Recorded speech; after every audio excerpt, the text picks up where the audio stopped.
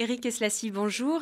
Vous êtes responsable de la filière entrée à Sciences Po de la Prépa Orlum, mais aussi coordinateur de l'ouvrage pour les éditions Sulirama, la Bible de Sciences Po et des IEP de province. Alors avec vous, aujourd'hui, nous allons aborder la question de l'épreuve d'histoire au concours de Sciences Po Paris. Et d'abord, dans un premier temps, pouvez-vous nous présenter les modalités de cette épreuve ? Oui, alors il s'agit d'une épreuve très importante pour le concours de Sciences Po Paris. Elle est d'un coefficient 2, ce qui est le double de l'épreuve de langue.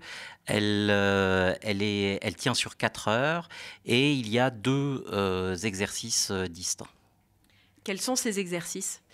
Il y a une dissertation classique et une analyse de documents que les élèves de terminale connaissent bien puisque c'est une exigence aussi au baccalauréat.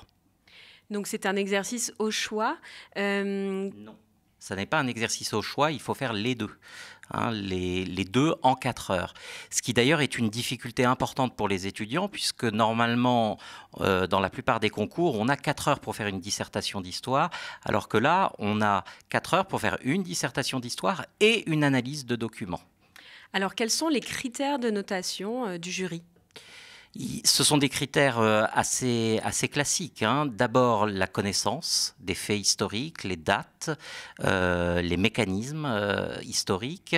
Ensuite, des critères d'exigence rédactionnelle, le soin apporté à la rédaction et à la présentation de la copie.